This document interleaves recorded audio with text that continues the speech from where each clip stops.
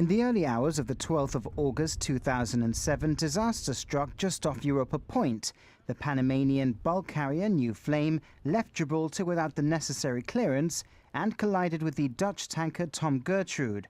That ship made it to its destination in Algeciras of its own steam, but the New Flame was not so lucky, taking on water and drifting to a nearby reef where it remained half sunk for a little over a year.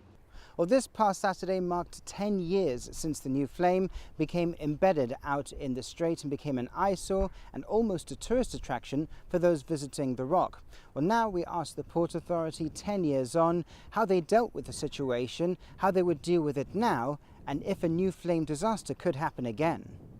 Well, the biggest change is the implementation of a full vessel traffic system implementation, which is governed by law, and we have a system in place at this moment in time with 10 VTS operators which monitor all traffic coming in and out of our waters, and obviously we provide traffic information to all ships,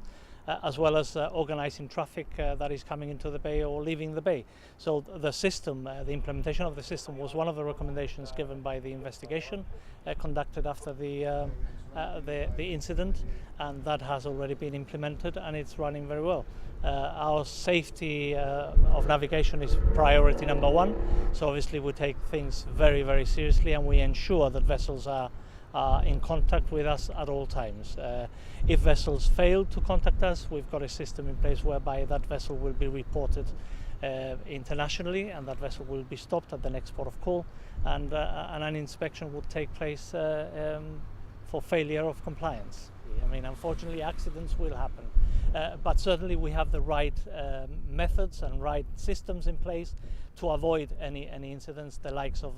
the New Flame or the Fedra. We have certainly very stringent procedures that we review on an annual basis, and obviously we review after every near miss, and we adapt those procedures to ensure that we try to keep mitigations in place to avoid any incidents, but unfortunately accidents will happen. The deputy captain of the port added that the track record for the port following both the New Flame and Fedra incidents had been very good, reporting and investigating every near miss. Also, following on from the Fedra incident in October 2008, procedures were revised so that no works were carried out on the eastern side, and that if any had to be carried out, tugs would be deployed to be on standby at all times. By December 2007, the ship had split in two, with the stern section becoming detached from the bow and sunk further due to heavy and prolonged weather.